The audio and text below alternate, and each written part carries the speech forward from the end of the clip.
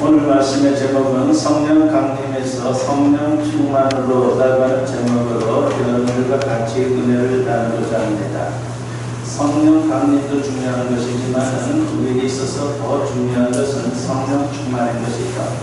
성령 강림으로 말미암아 성령이 나에게 내주하시는 그 수준에 머물러 있는 것이 아니라 충만한 상태로 되는 것, 그것이 우리에게 대단히 중요한 것입니다. 무엇보다 신앙생활에서 성령의 도우심이라고 하는 것은 필수적입니다. 만일 성령이 함께해 주지 않으면요, 신앙생활 자체가 불가능합니다. 예수님은 십자가를 지기 전부터 부활 승천하신 후 성령을 보내주겠다라고 여러 번 약속을 하셨습니다. 그 약속대로 성령이 강림하신 것이죠. 이 시간은 성령 강림이 주는 축복이 과연 무엇인지 살펴보고자 합니다. 아무쪼록 오늘 말씀을 통해 성령의 은혜를 충만히 체험하는 비결을 재확인하시고 승리의 삶을 사는 우리 모든 성도님들이 되었으면 합니다. 먼저 성령 강림 사건이 무엇인지 살펴보고자 합니다. 한마디로 말하면 성령의 역사를 새롭게 한 신기왕과도 같은 사건입니다. 혹자는 성령에 대해서 오해를 합니다. 단순히 하나님으로부터 나오는 영적인 능력으로 생각하는데 그렇지 않습니다. 성령은 삼위일체 하나님, 즉 성부, 성자, 성령 가운데 제3위 되시는 하나님이십니다. 성령이 제3위 하나님이라고 하는 것은 3등이라고 하는 뜻이 아닙니다. 성부, 성자, 성령 하나님이 동등하지만 구별된다는 의미에서 그렇게 부르는 거죠. 각자의 역할이 있는 겁니다. 그래서 성령은 성령으로서의 역할이 있는데 바로 그 역할에 있어서 다른 일들을 해나가시는 하나님을 말하는 겁니다. 성령은 하나님이시므로 성령님 혹은 성령 하나님이라고 그렇게 부르기도 합니다. 성부, 성자, 성령, 삼위일체 하나님은 늘 함께 역사를 합니다. 창조의 역사도 구원의 역사도 함께하고 있는 것이죠. 성령 강림은 예수님께서 부활 승천 이후에 일어난 사건이지만 성령은 그 이전 구약시대 더 거슬러 올라가서 영원 전부터 계셨던 하나님이십니다. 창세기 1장을 우리가 보게 되면요, 태초에 하나님이 우주 만물을 창조하신 창조의 이야기가 나오고 있습니다. 그때도 성부, 성자, 성령이 함께 그 창조의 사역을 하신 겁니다. 창세기 1장 1절과 2절 말씀을 보면 태초에 하나님이 천지를 창조하시니라. 땅이 혼돈하고 공허하며 흑암이 깊음 위에 있고 하나님의 영은 수면 위에 운행하시니라고 했습니다.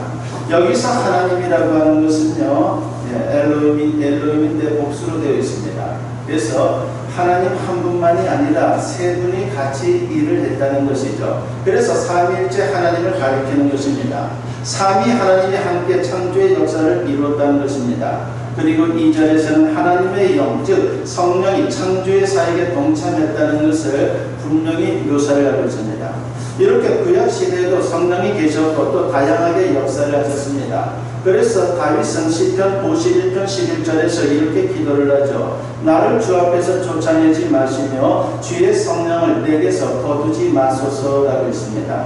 성령이 떠나지 않도록 간구한 겁니다. 성령이 그만큼 자신에게 있어서 너무나도 필요하다는 것이죠. 그런데 구약시대에는 성령이 모든 사람들에게 임한 것이 아니라 특정한 사람에게만 임했습니다. 그렇습니다. 성령이 좋은 분이지만 구약시대에는 제한적으로 역사를 하신 것입니다. 그러다가 신약시대, 정확히 말하는 성령 강림 이후에는 성령의 역사가 풍성해지게 됩니다.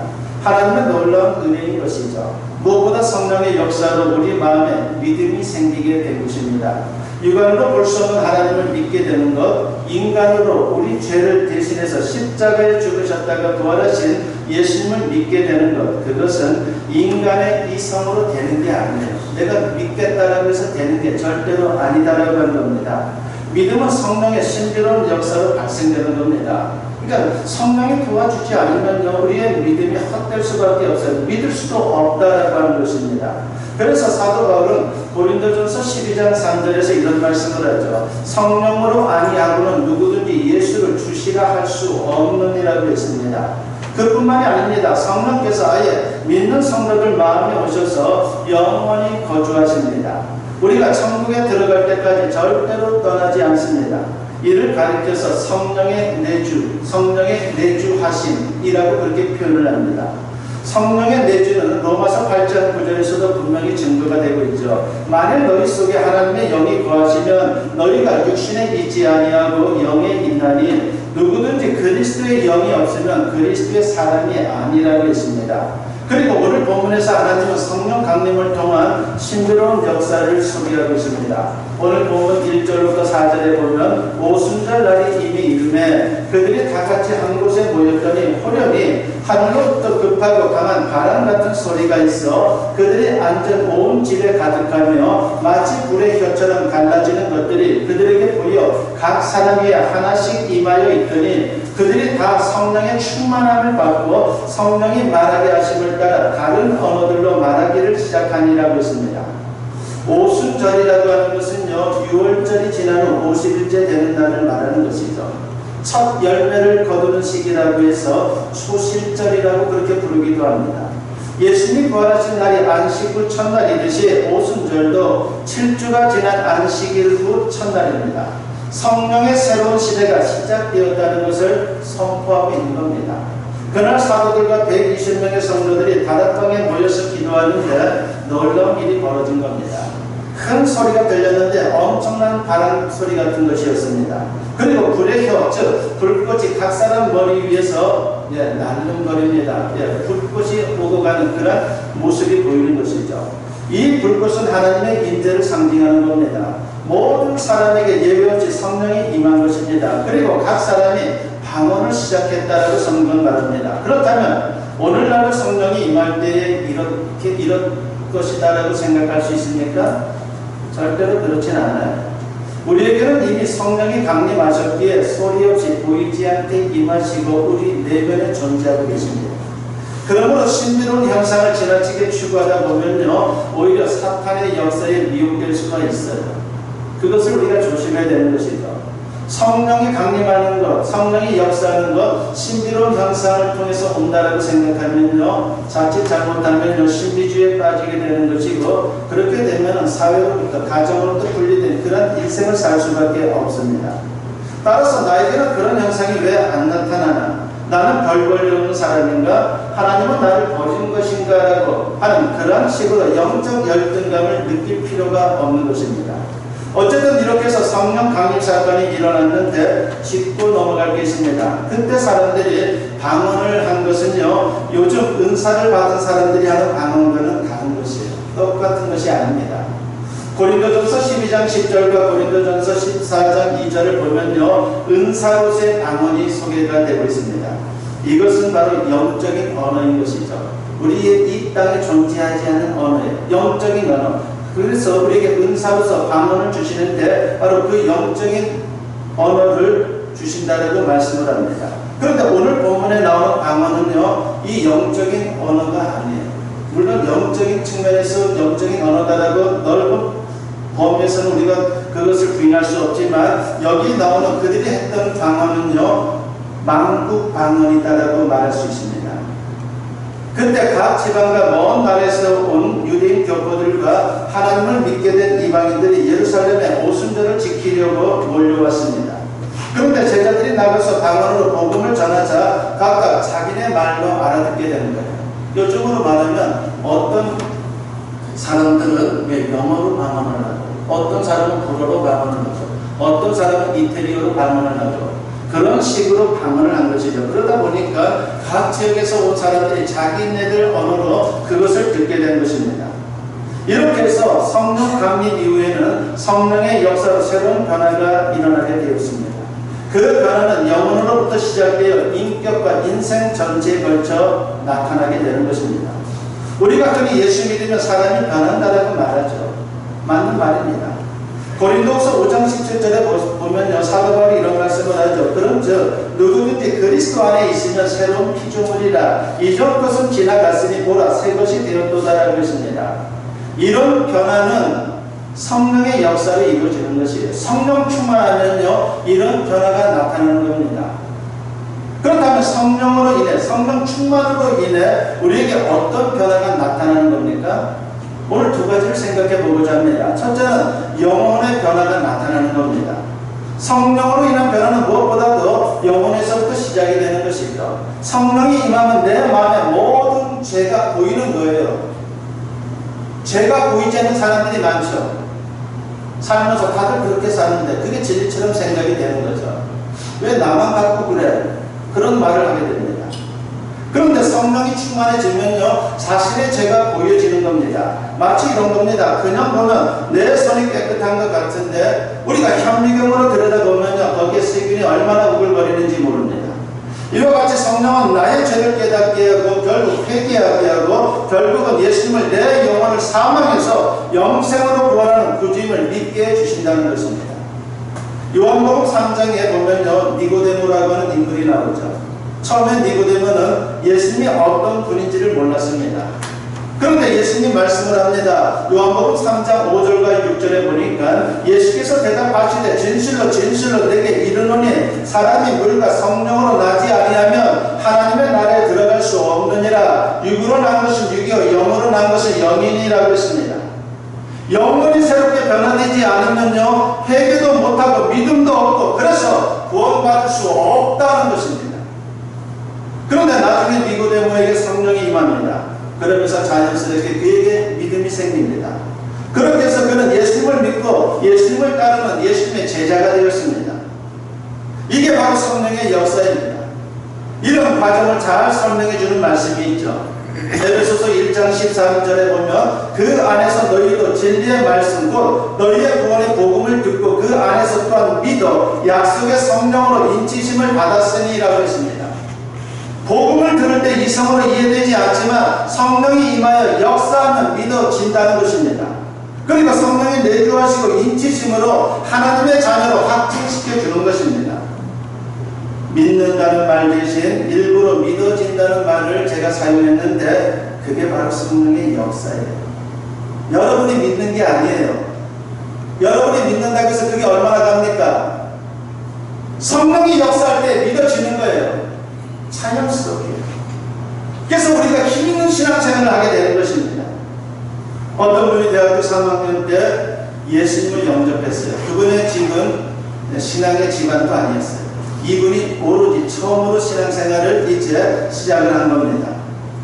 그렇게 해서 예수님을 나도 이제 믿겠다라고 해서 이제 예수님을 영접을 한 것이죠. 그렇게 해서 처음 성경을 접했을 때 그 내용을 보니까 하나같이 너무나도 다 허무맹랑한 거예요. 아니 사람이 어떻게 그렇게 오래 살아? 왜 성경에는 공룡 이야기가 안 나와? 별 생각이 다 드는 겁니다. 특히 이분이 성경을 볼 때에 죄인이라고 하는 말이 군데군데 나오는데 이 단어를 볼 때마다 기분이 나빴습니다. 그런데 어느 순간 죄가 깨달아지고 십자가 대속이 믿어지고 모든 이적이 믿어지고 천국이 믿어지는 것입니다. 어떻게 이게 가능했던 것입니까? 성령이 임하니까 저절로 믿어진 것이에요. 성령이 그 마음에 충만히 임하니까 주님께서 믿어질 수 있도록 역사를 해주신 것입니다. 성령의 역사가 아니면 절대로 불가능한 일이죠. 이렇게 해서 이분이 목사님이 되었습니다. 지금도 목회를 하고 계세요. 성령은 이렇게 영혼의 변화를 이루어줍니다. 내가 예수 믿고 구원받은 게 다 성령의 역사진 덕분이다라고 하는 것을 우리가 잊어서는 안 됩니다. 그러므로 우리는 성령의 역사에 감사하고 찬양해야 하는 것입니다. 이런 성령의 역사로 말미암아 성령 충만으로 예수님이 믿어지고 예수님 안에서 아름다운 믿음 생활을 해나갈 수 있는 우리 모든 성도님들이 되었으면 합니다. 두 번째로 성령께서 충만히 임하게 되면요, 인격의 변화가 나타나는 거예요. 영혼에서 시작된 변화는 인격의 변화로 이어지는 거예요. 이건 자연스러운 것입니다. 여러분, 인격의 3요소는 지정의라고 말하죠. 성령이 임하면 전 인격적으로 변화가 나타납니다. 지적인 변화가 생기면 하나님의 지혜가 생기고 올바른 분별력이 생기는 겁니다. 성령으로 감정의 변화가 생기면 마음의 평안이 있게 되고 기쁨과 용서와 사랑 등 좋은 감정들이 생기는 거예요. 미워하려고 해도 미워할 수가 없어요. 사랑이 너무 강력하기 때문에. 의지적 변화가 생기면요, 강력한 하나님의 능력이 나타납니다.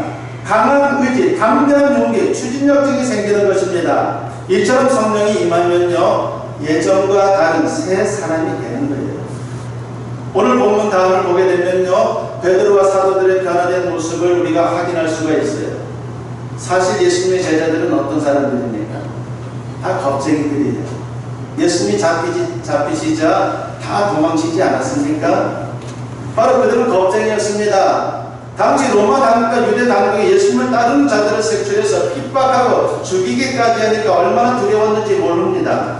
예수님의 부활이 거짓이라며 억압한 것입니다. 그런데 숨어있던 그들이 밖으로 뛰쳐나가서 죽음을 무릅쓰고 십자가와 부활을 강대히 증거를 했습니다. 사도행전 2장 14절에 보면 베드로가 11 사도와 함께 서서 소리를 높여 이르되 유대인들과 예루살렘에 사는 모든 사람들아 이 일을 너희로 알게 할 것이니 내 말에 귀를 기울이라 것입니다. 얼마나 놀라운 변화예요. 지금 이 말 때문에, 이 모습 때문에 죽을 수도 있어요, 당장. 그런데 죽음도 두려워하지 않고 메시지를 증가하고 있는 것입니다. 사도행전 3장을 보게 되면요, 베드로가 안전병이를 고친 이적이 나오죠. 사도행전 3장 6절부터 8절에 보면 베드로가 이르되 은과 금은 내게 없거니와 내게 있는 이것을 내게 주노니 나사렛 예수 그리스도의 이름으로 일어나 걸으라 하고 오른손을 잡아 일으키니 발과 발목이 곧 힘을 얻고 뛰어 서서 걸으며 그들과 함께 성전으로 들어가면서 걷기도 하고 뛰기도 하며 하나님을 찬송하니라고 했습니다. 성령이 임하자 베드로를 통해 하나님의 능력이 나타났습니다. 그런데 베드로의 모습은 담대하면서도 얼마나 겸손한지 몰라요. 성령이 아니면요 겸손할 수가 없는 거죠.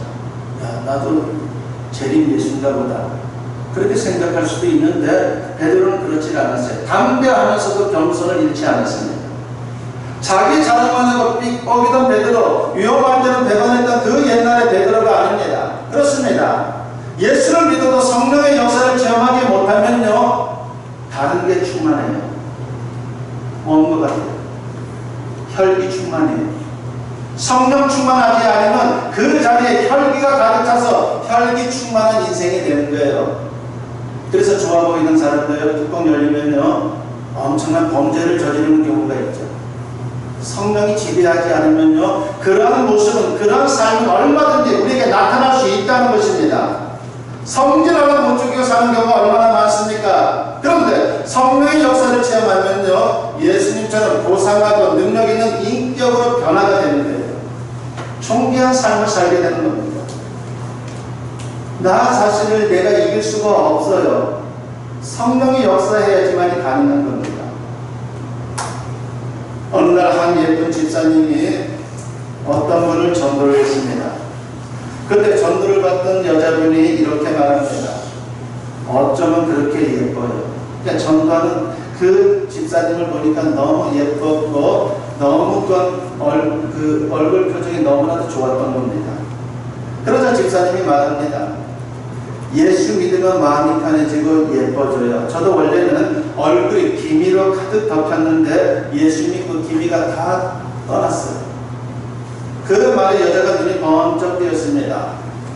왜냐하면 스스로 외박을 하는 바람난 남편 때문에 자기 얼굴에는 기미가 그칠 날이 없었기 때문입니다. 그렇게 해서 그녀는 처음으로 교회에 나왔습니다. 그리고 예배 드리면서 자기 생애 처음으로 마음껏 울었습니다.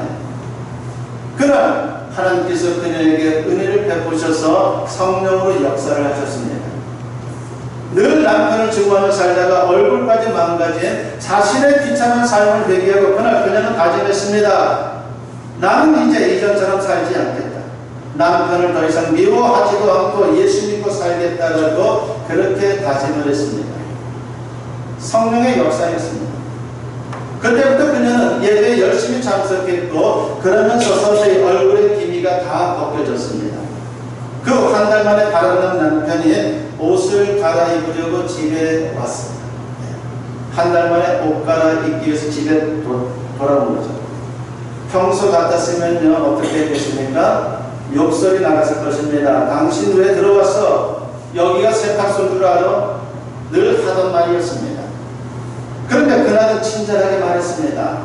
여보, 그동안 잘 있었어요 라고 말입니다. 남편은 10년 만에 들어보는 아내의 친절한 말에 너무도 압도될 정도였어요. 그런데 말뿐만이 아니라 태도도 달라졌습니다. 음식을 얼마나 정중히 주는지 미안할 정도였어요. 손님을 그렇게 했다면요, 뭐 이야기 있지만 자신의 남편에게 그렇게 정성껏 음식을 대접한 적이 너무나 오래되었기 때문이죠. 성령께서 이분을 바꿔놓으신 것입니다. 그날 밤 남편은 자면서 별의별 생각을 다 했습니다. 사람이 죽기 전에는 저렇게 침착해진다는데 오늘 저녁 자살하려나? 오늘 자살하면 내가 덩터기를 다 쓸 텐데 큰일 났네. 잠이 오질 않았어요. 얼마나 겁이 났겠습니까? 그리고 한편으로는 아내에게 미안한 마음이 들었습니다. 이처럼 걱정하며 거의 뜬 눈으로 밤을 새웠습니다. 다행히 그날 저녁에 아무 일도 일어나질 않았습니다. 다음날 집을 나서는데 또 아내가 밝고 편한 얼굴로 90도 각도로 인사하면서 말합니다. 여보, 어디에 있든지 편하게 있다가 오세요 라고 말합니다. 그 인사를 듣고 집에서 나왔는데 편하게 있다가 오라는 그 말이 마음이 더 편하지를 않습니다. 직장에 가서도 걱정이 되었고 별의별 생각이 다 들었습니다. 이제 자살하려고 마지막 인사를 한 건가? 그리고 12층 아파트에서 떨어져 죽어 있을 아내를 생각하니까 미움은 다 사라지고 미안함만 생겼습니다. 겁도 나고 일손도 잡히지 않아 오후에 집에 왔습니다. 그러자 아내가 여전히 밝은 모습으로 맞이하는 겁니다. 여보, 왜 지금 이 시간에 왔어요? 라고 말합니다. 그런 아내의 모습이 너무 이상해서 남편이 불러대며 말합니다. 뭐 좀 찾으러 왔어. 그런데 당신 요즘 무슨 좋은 일이 있어? 그러자 아내가 말합니다. 예, 한 가지 좋은 일이 생겼어요. 제가 요새 좋은 분을 만나고 있어요. 아하, 바람 났구나. 갑자기 좋은 분을 만나고 있다니까 이게 맞바람을 피우구나 하는 생각이 들었습니다. 아내도 그것을 알았죠. 바로 이 말에 남편이 정색을 했지만은 이 아내가 그걸 알고서 이렇게 또 침착하게 말합니다. 여보, 걱정하지 마세요. 혹시 시간이 있으면 오늘 저녁에 그분 만나는데 함께 갈래요? 라고 그렇게 말합니다. 그렇게 해서 그날 저녁 10년 만에 함께 외출해서 예배에 참석을 했습니다. 그리고 교회를 나오면서 아내가 말합니다. 여보, 이제 당신도 예수 믿으세요. 저도 최선을 다할게요. 그때 아내의 모습을 보니 너무나도 달라져 있었어요. 이것은 그냥 가식적으로 하는 것이 아니었습니다. 그러면서 자신의 마음도 달라졌습니다. 내가 이렇게 교양이 있고 착한 부인을 놔두고 어디로 가나? 그때부터 남편은 더 이상 외박을 하지 않고 가정을 화목하게 꾸리는 일에 있어서 같이 수고하고 노력하며 행복한 가정을 만들었다는 것입니다. 교회 다닌다고 다 변화되는 게 아니죠. 여러분, 공산주의를 만든 사람들도 다 크리스찬들이에요. 신학을 했던 사람들도 있어요. 우리가 교회 다닌다고 신학을 했다라고 해서 변화된다고 생각하지 마세요. 북한 정권을 세우는 데 있어서도 김정일의 집안에 예수 믿는 사람들이 얼마나 많았습니까? 외가족은 목사님들도 많았고 장로님들도 많았어요. 그러나 북한 정권을 세우는 데 있어서 강영국 같은 사람은 바로 큰 공헌을 했죠. 예수를 믿는다고 해서 여러분 다 변화되는 게 아닙니다. 성령으로 충만해야 합니다. 예수 믿고 인격의 변화가 있었습니까? 여러분, 없다면 성령이 임하지 않은 것이고 진실로 예수 믿는 사람이 아닙니다. 물론 우리는 완전할 수 없지만 성령을 의지함으로 계속 변화되어야 합니다. 부디 성령을 의지함으로 계속적인 인격의 변화로 항상 기뻐할 수 있는, 그리고 존경받을 수 있는, 같이 일된 인생을 살 수 있는 우리 모든 성도님들이 되었으면 합니다. 그런데 생각해볼 문제가 있습니다. 성령 강림 이후 이렇게 놀라운 역사가 나타나는데 나 자신은 어떻습니까? 우리는 성령에 대해 잘 알아야 합니다. 성령의 내주는 영속적입니다. 끝까지 가는데 우리가 예수님을 믿는 순간부터 성령은 내주하고 계시는 거예요. 그런데 성령 충만은 단속적입니다. 어떻게 보면요, 계속해서 충만을 위해서 노력해야 된다는 것이죠. 비유해서 설명하면 이런 겁니다. 여러분, 타이어는 바람이 빠지면요 무용지물입니다. 아무리 좋은 차도요 타이어에 바람이 빠지면 움직일 수가 없죠. 그래서 탱탱하지 않으면 아무리 고급차라도 굴러가지가 않습니다. 오히려 차가 다 망가집니다. 그렇게 하지 않기 위해서 바람을 더 집어넣어야 합니다. 빵꾸난 것이 있다면 또 떼어야 합니다. 그리고 바람을 넣어야 합니다. 성령이 내주에도 충만하지 않으면 마치 바람 빠진 타이어와 같은 거예요. 그러니까 성령 강림 사건이 우리에게 실효성을 가지려면요, 결국은 성령 충만해야 하는 것입니다. 오늘 본문에 보면 다락방에 모였던 사도들과 성도들은 성령 강림과 동시에 성령 충만을 체험했습니다. 그런데 우리의 경우는 예수 믿을 때 성령이 임하여 내주하면서 동시에 성령 충만을 받을 수도 있지만 그렇지 않을 수도 있습니다. 그리고 나중에 성령 충만을 체험할 수도 있습니다. 그리고 성령 충만을 체험했다가도 사그라지기도 합니다. 성령의 내주는 영속적인 바이면 성령 충만은 단속적이기 때문입니다. 그러면 계속 성령 충만하기 위해서 어떻게 해야 합니까? 바람이 빠지지 않도록 하기 위해서 우리가 무엇을 해야 한단 말입니까? 오늘 보고 12절과 13절에 보면 다 놀라며 당황하여 서로 이르되 이 어찌된 일이냐 하며 또 어떤 이들은 조롱하여 이르되 그들이 세술에 취하였다 하더라 그랬습니다. 베드로와 제자들이 말씀 전하는 것을 본 사람들의 반응이에요. 세술에 취했다는 말은요, 조롱의 의미였지만 역설적으로 말하면 성령 충만을 잘 설명하고 있는 것이죠. 성령 충만은 술기운이 그 사람의 전인격을 지배하듯이 성령의 능력이 지배하는 거예요. 그 사람을 지배하는 겁니다. 그래서 성령 충만은 성령의 지배 혹은 성령의 통치를 뜻하는 겁니다. 이를 위해 우리가 할 것이 바로 기도입니다. 기도를 통해서 이런 역사를 체험한 것입니다. 사도들과 제자들은 예수님의 승천을 목격한 후 다락방에 모여서 뭘 했습니까? 계속해서 그들이 하는 기도였어요. 다른 게 없어요. 사도행전 1장 14절에 보면 여자들과 예수의 어머니 마리아와 예수의 아우들과 더불어 마음을 같이하여 오로지 기도에 힘쓰더라 그랬습니다. 간절한 기도 그리고 합심하여 기도했다는 것입니다. 이렇게 열흘 동안 기도할 때 성령으로 충만했던 것입니다.